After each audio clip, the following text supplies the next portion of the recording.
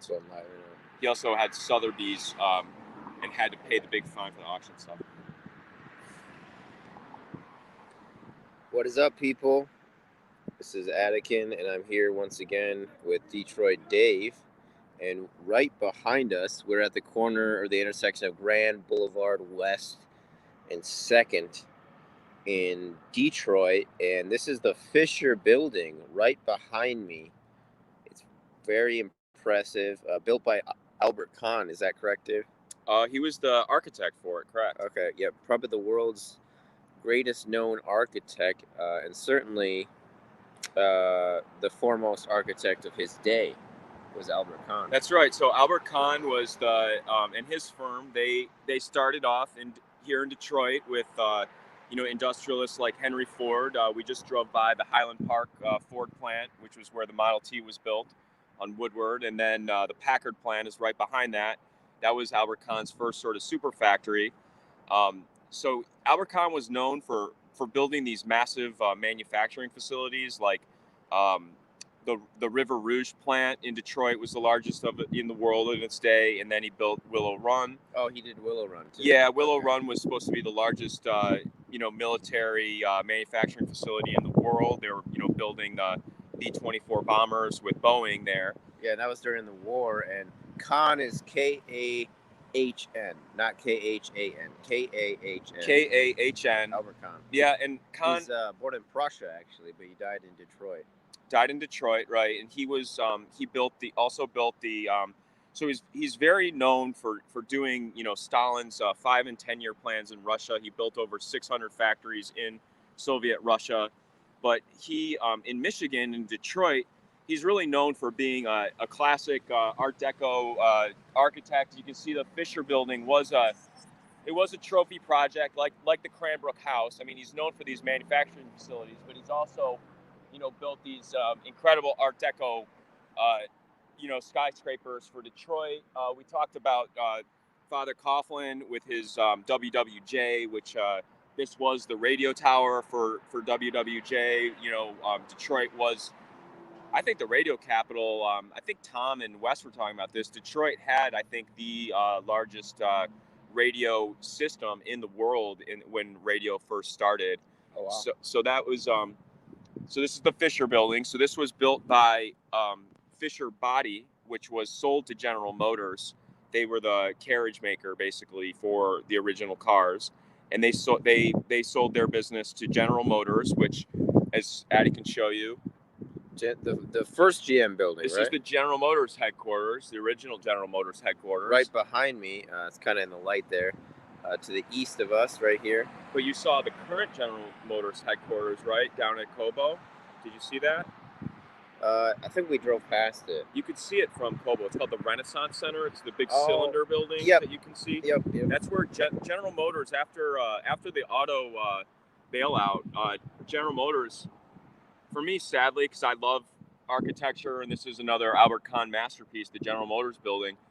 They actually left this facility and they went to the Renaissance Center in Detroit. So, I think it was one of those deals where the city of Detroit sort of bought it cheap. I think they do some city services out of this GM building now, but it was, it was originally the General Motors headquarters.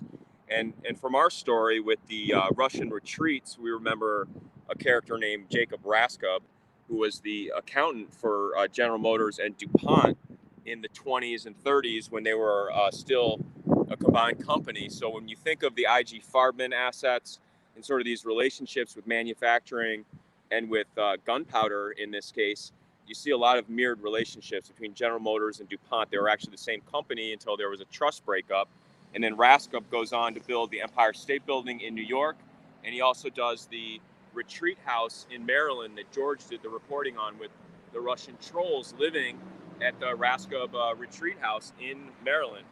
So we've got a lot of retreat houses. DuPont was also the retreat house in the Gold Coast in Long Island that is famous for the, the glide bomber and these different paperclip projects, going to that same DuPont retreat house where George Webb went to try to find Konstantin Kilimnik. And that was another retreat house that got closed down, as reported by Bob Mueller in his, in his report that he produced. He mentioned it. He didn't Where go again was the retreat house? So there were so DuPont's had a mansion. So the Gold Coast of Long Island. Just think of the Great Gatsby and all that stuff. It's a lot of old wealth. It's where Oyster Bay is, where Teddy Roosevelt was. But this DuPont mansion was near Oyster Bay. I forget the exact city it was in, but it was up there by Oyster Bay on the north shore of on Long Island Sound, basically. And historically, we learned that Teddy Roosevelt was doing a lot of this naval and torpedo testing. They were going between Long Island and North Shore, going to Rhode Island, Block Island. Electric Boat and General Dynamics are all in Groton, Connecticut. So there's a lot of naval history that goes into these groups as well. That again all ties to Detroit. But what we were studying the other day was this Fisher building, which was the Catholic Fishers that were associated with General Motors. Max Fisher, who was the head of the Mega Group, he actually had his offices in this Fisher building. So it is a different Fisher because, in Detroit, there's always been that confusion because we've had sort of the Fisher body, the Catholic Fishers, and then there's been Max Fisher, who's the Jewish icon, with his investment or his philanthropy at at Wayne State here with the Orchestra Hall. He also was very philanthropic with his alma mater, Ohio State, giving the business school, similar to the way his nephew, Stephen Ross, gave the business school at the University of Michigan. Hey there. Yeah. Hey, how you doing? Hey, we're doing a live show. You're on the internet right now. Oh, am I? Yeah, say hi from Detroit. I'm from Detroit. Okay. Hey, you guys wouldn't be able to spare me.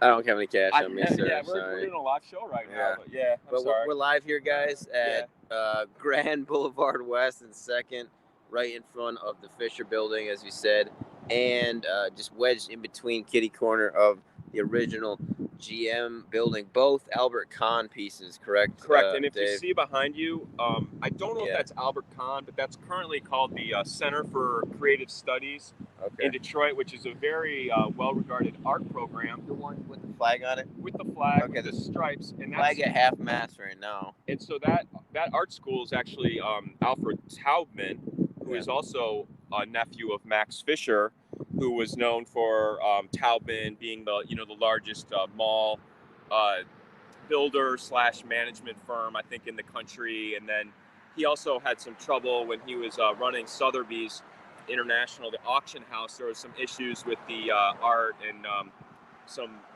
price fixing. There's been I think of Bob Mueller's dad, giving the paintings to Harry Truman on the presidential yacht, and sort of that, the using the art from Europe and sort of using that as an asset.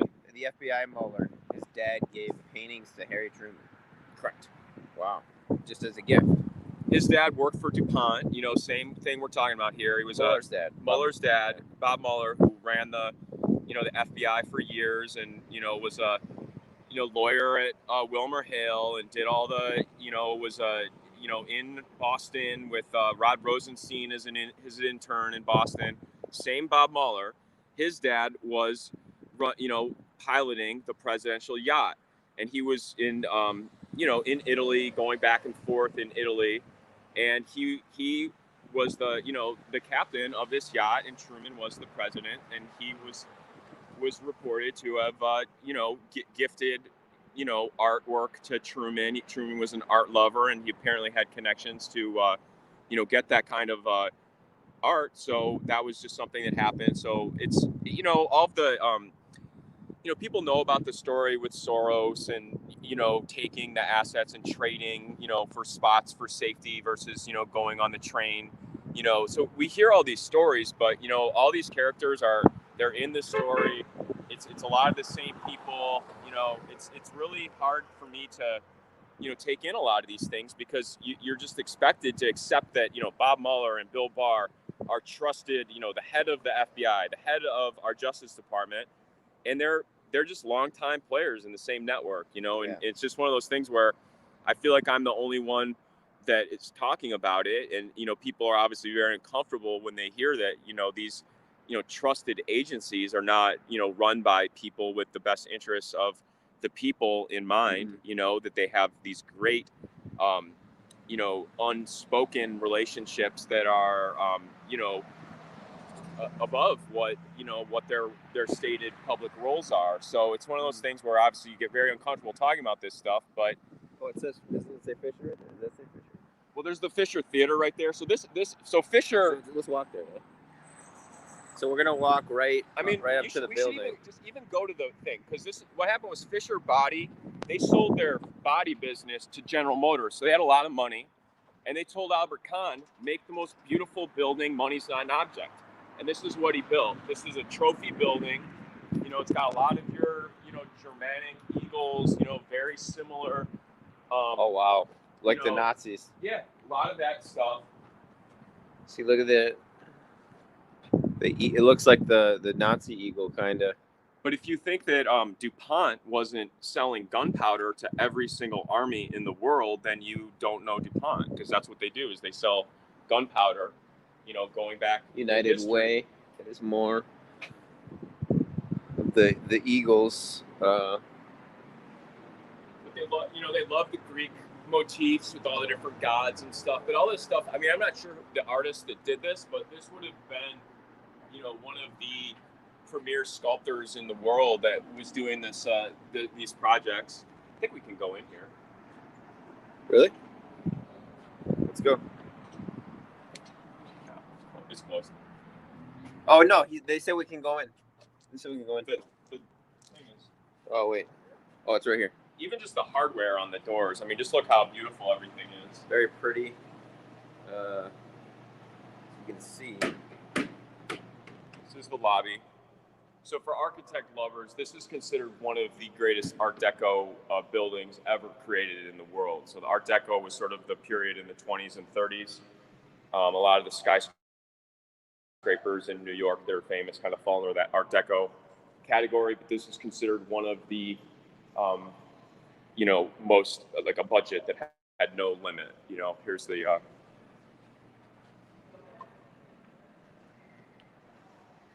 Interesting.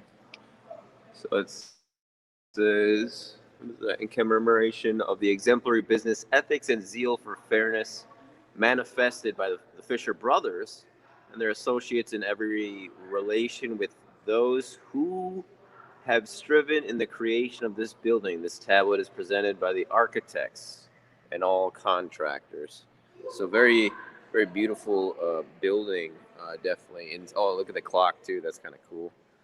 As you see the clock on the wall itself there. Well, you got the ceiling that sort of reminds you a little bit of like yeah, let's show you the ceiling, Grand guys. Central Station, you know, in New York. Kind of the same idea. Yeah, let me walk. Even the light fixtures are incredible. Look at that.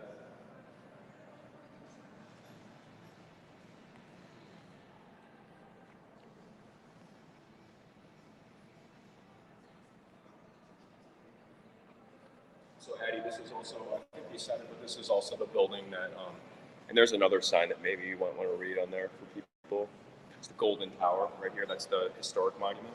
Oh, wow. The historical marker. So another, I'm gonna show them this first. You see the hall. It's kind of a great hall there. This light. It goes down this way too. It really is an incredible building.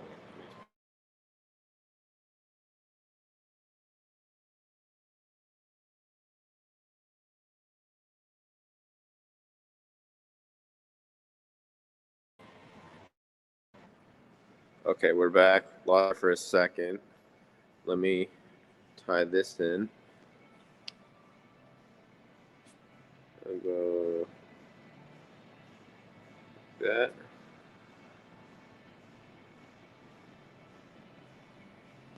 Okay, Fisher Building. The Golden Tower of the Fisher Building has brightened the skyline of metropolitan Detroit since 1928. Called Detroit's largest art object, the edifice is a city landmark. The Fisher brothers, developers of the closed automobile, erected the building for their offices. Architect Albert Kahn received the Architectural League's Silver Medal designating this as the most beautiful commercial structure of the year.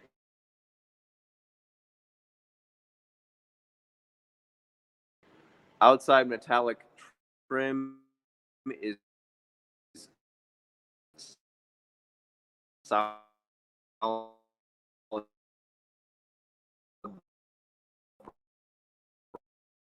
bronze.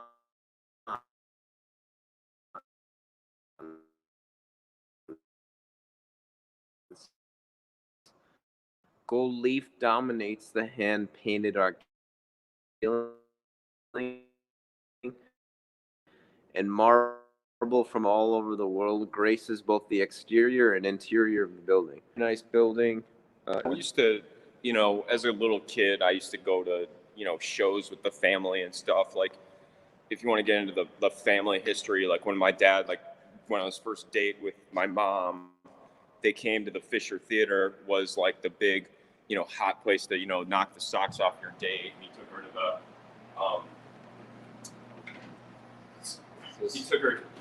we're locked in.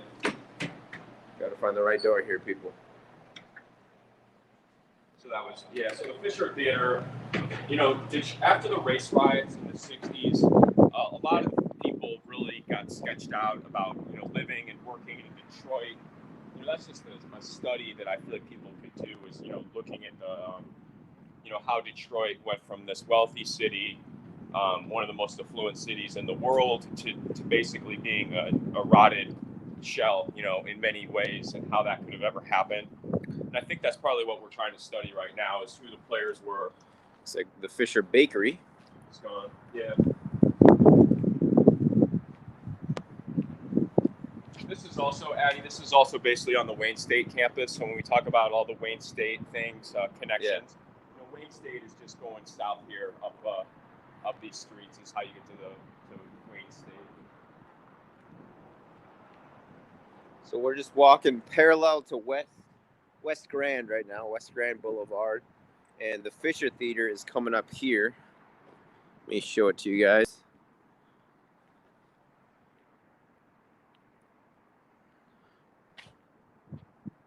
There is only intermission. We will be back.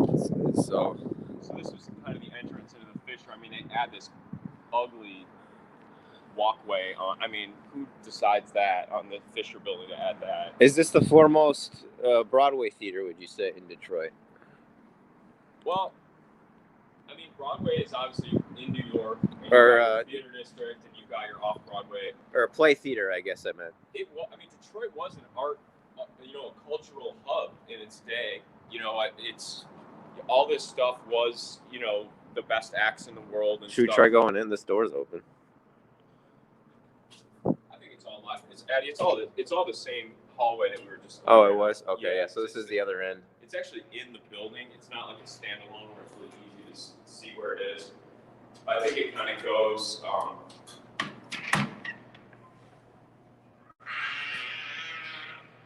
I really haven't even been to the Fisher Theater since I was a little kid. So there's your answer. It says it's the best Broadway experience in Detroit. So very cool. Yeah. I mean, we've got Symphony Hall. You've got the Orchestra Hall, which is, Max Fisher donated the Orchestra Hall or at least the renovations of it at Wayne State. But, Detroit has a lot of, historically we had, a lot of theater. People think of Motown music being popular music, but there was a lot of, cultural achievement here that, sort of been washed away, I would say, with a lot of the stuff that, Detroit's, really strong points. Yeah. This was interestingly was where, Max Fisher set up his offices, which, was always interesting to me because he, being sort of the iconic, founding father of Israel, helping with all these war efforts, arming the, protecting the Israeli people.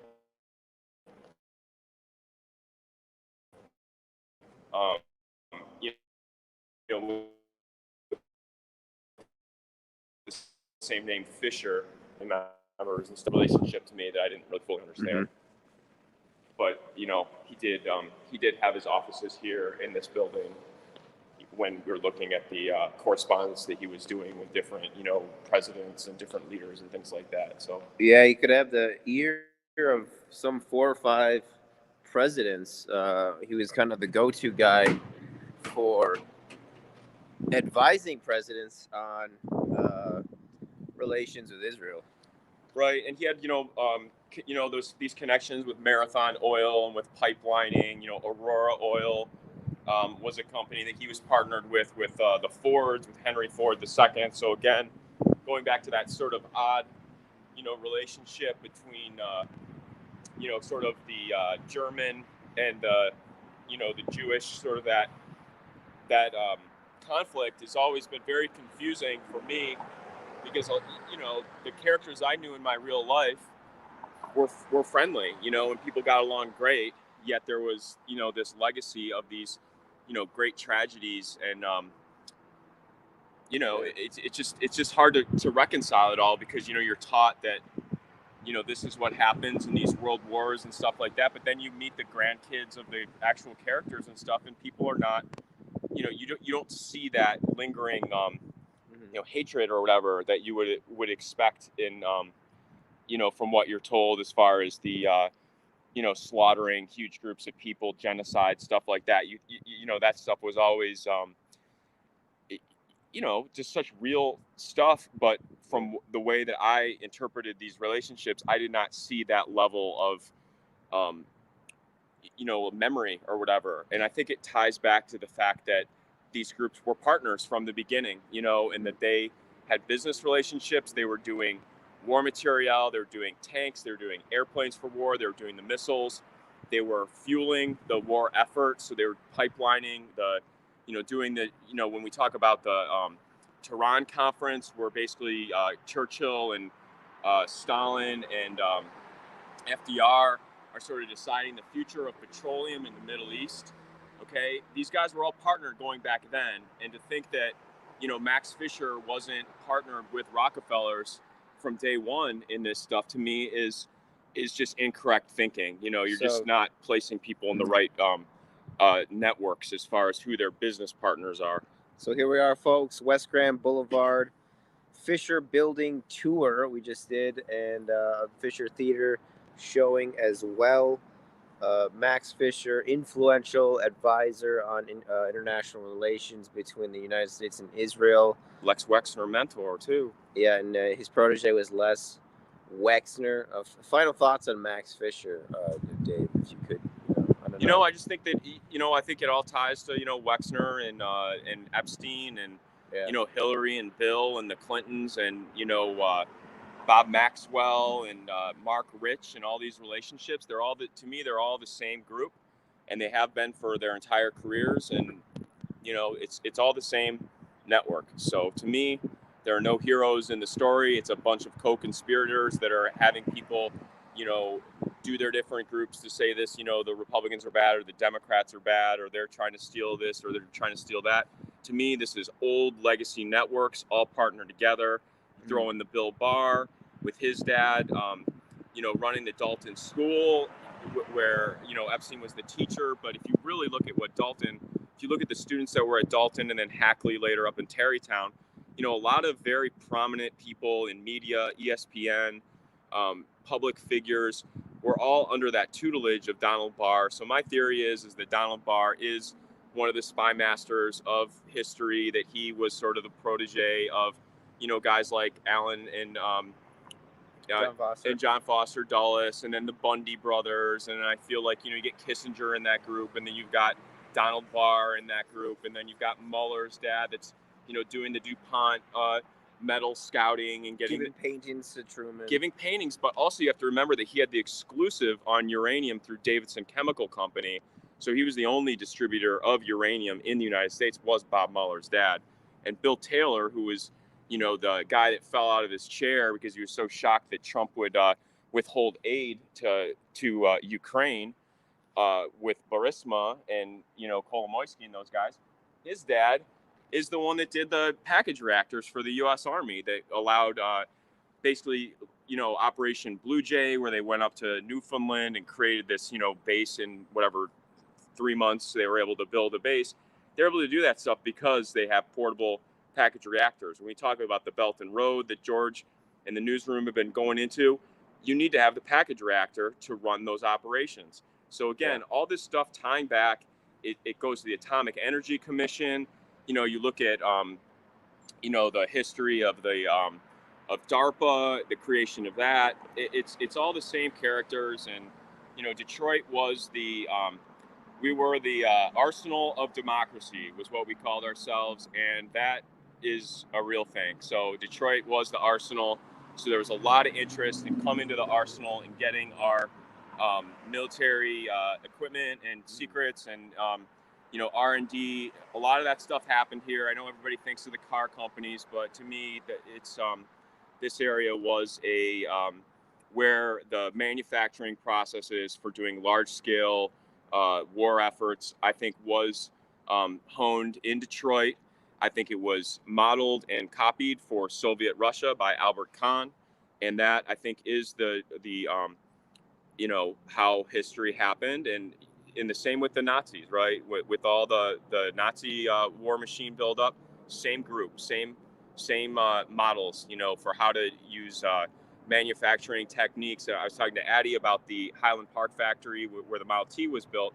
That was Ford gets credit for the assembly line, but he also gets credit for having a car built in one facility where you don't have to take the chassis, send it to another factory. Now you have a transportation issue, a possible corrosion or damage issue of transporting it. He wanted to build everything in one place. So there is a lot of manufacturing history that happens here in Detroit as far as processes, techniques, monitoring, efficiencies. A lot of that stuff was from Detroit, and it got spread, I think, all over the world, and that was the story. So there you have it, folks. Max Fisher, influential, some would even say legendary among the Jewish community, in particular here in Michigan and in the Detroit area. This has been a tour of the Fisher Building, some history behind it, the GM Building just across the street. Its architect, Albert Kahn, who architected both buildings, and some background info as well. So it's been Ads and Dave. Look at Kahn's partnership with Amtorg, which was the broker. If you look at the Fish Committee and the Palmer raids, the initial history of anti-communism in the United States is all related to those relationships. It's the phosphorus that in the lumber. They said that the Russians were going to come in, use gulag labor, and flood the American markets with cheap materials from Russia using slave labor. That was the story they told in the teens and the 30s. That's the history of why Russia was so bad.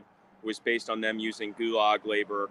And, I feel like the stories are all very muddled. I mean, I grew up in an era of the kind of the end of the Cold War. So Russia was kind of a joke at that point. Like, they were known as sort of a broken down, former, great rival.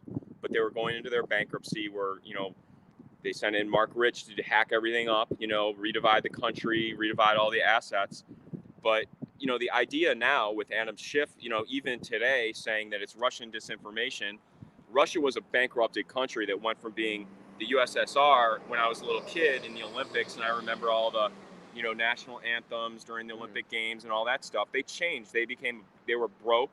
They went bankrupt. They got reorganized. So the idea that we've got, the same old, Russian communist menace doesn't add up to me. I just feel like they want us to still think of the, Russian communist menace. And I'm sorry, They but want to paint Russia as the bad guys, I think. well, they want to make Putin a strongman. They want to say that he, is imprisoning journalists, that he's, attacking gays and lesbians, and they throw the Pussy Riot and all these different, rock bands and, his mistreatment of people. I have no idea. I've never been to Russia, but I do know that they love to, make big stories and, Well, there you have it, folks. Fisher Building, history, GM Building, Albert Kahn, Detroit history. We're going to TCF Center now, folks.